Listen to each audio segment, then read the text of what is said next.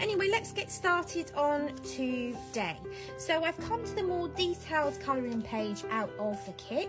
Now when they're more detailed like this, I tend to go in with pencils because they have a finer point, whereas the alcohol markers, although they're lovely, they tend to be easier for much bolder, simpler images. So what I'm going to do is come in with kind of a lighter brown colour to start with for the bread. I'm just wondering actually if there's anything kind of paler than that. Don't think there is in my set. I'm using Brutfuner. I do recommend the Brutfuners. They are really lovely and soft to work with. I would have liked kind of a creamier colour. Maybe this peach colour here would be good. Yeah, that's better. So I'll sharpen that one up.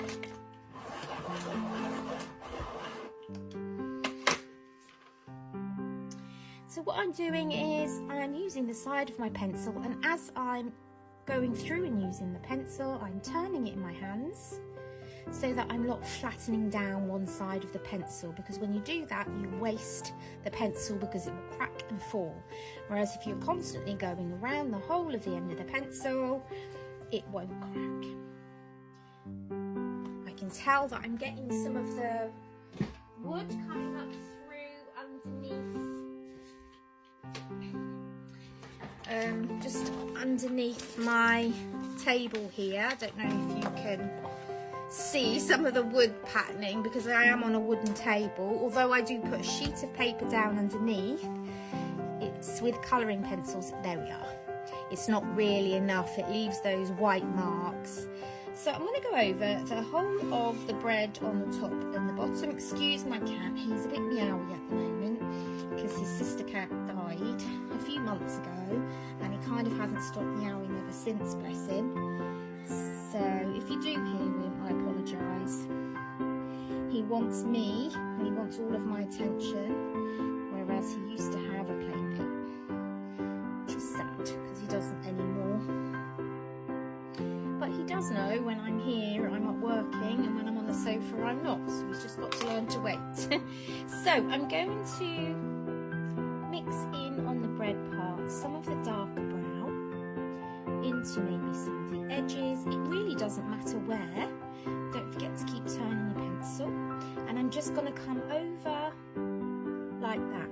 And we're just trying to create a bit of realism with the pencil, because bread does have, doesn't it, different shades within it. And then what I like to do is I use something called a blending pencil. The one I have here is a Derwent blending pencil, and when you rub over the pigment, doesn't matter if the nib breaks on this, it actually helps. We need it to be quite blunt.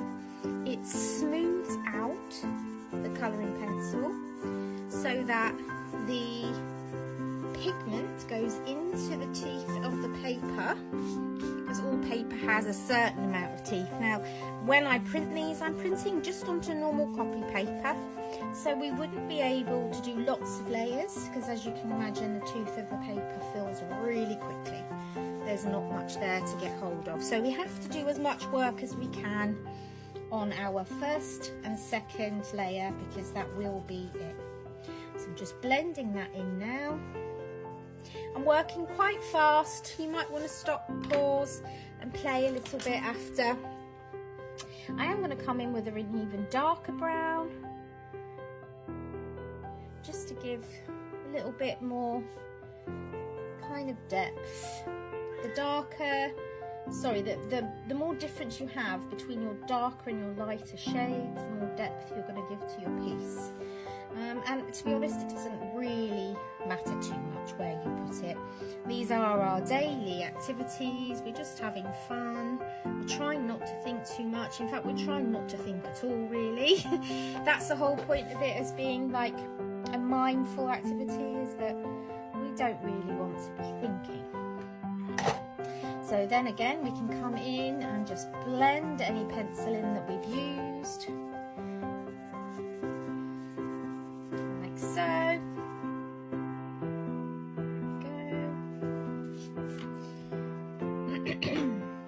If you do prefer using markers, you can still use them on these ones, but I would recommend maybe just using the bullet tip end and not the brush end, because the brush does tend to kind of take over a bit. So because it's so big and lovely, but just difficult to control in the smaller places. Right, I always tend to use 3 shades of a colour if I'm going to use a colour, because then you're getting your light shade, your medium shade and your dark shade, and they are called values. If you watch my videos, you'd have heard this all before, so I apologise for repeating myself. However, if anyone is new, then they need to know. So you can always mute me, guys. If you know you've listened to all my videos and you know what I'm going to say, you can always just mute me. Put some music on, pop a candle on, make it nice and cozy, and relax and enjoy it. So I'm coming into some of these areas where there's more lines, and I'm just adding the darker green. It doesn't really matter how, I'm working quickly because I'm wanting this to be fun and easy, and for my well-being. It's not going to be framed and sold for thousands of pounds. So I don't have to worry.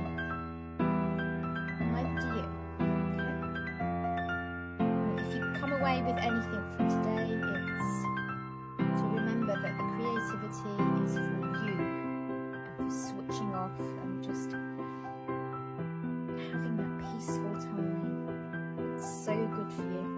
Okay, so now I've got lots of yellows and oranges and some reds as well for the tomatoes. Now for the cheese, I'm quickly going to go over the whole of the cheese with the yellow, and then we'll come over the lighter colour with the darker as we go along. Oh, I think that's supposed to be red there. Oopsie. Let's just put that in as bread. There we go. And then this is all cheese here. Looks like there's a bit of pepper on there, a few little black spots. It's okay. So, there we go. I'm going to come in with the next colour, orange, up, and what I'll do is just blend into some areas softly. We don't really want it to be too much of a difference. Just add that in there.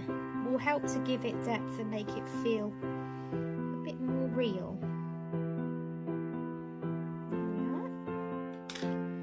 Again, coming in with a blender pencil. I'll do the same on the lettuce in a second. I'm just going to blend that in. You can already see, I hope you can see on the camera anyway, how well that just blends them in. And then I'm going to come over on the lettuce and do the same.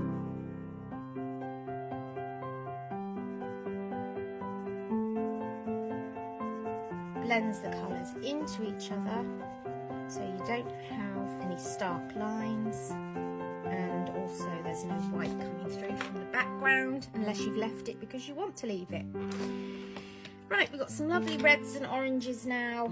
So round the edge I'm going to do it's where it's mostly very red, isn't it? So I'm going to come round the edges. Yes, Louis. I'm going to come round the edges here, and it doesn't matter if it goes over the yellow, because what it will do is create the orange.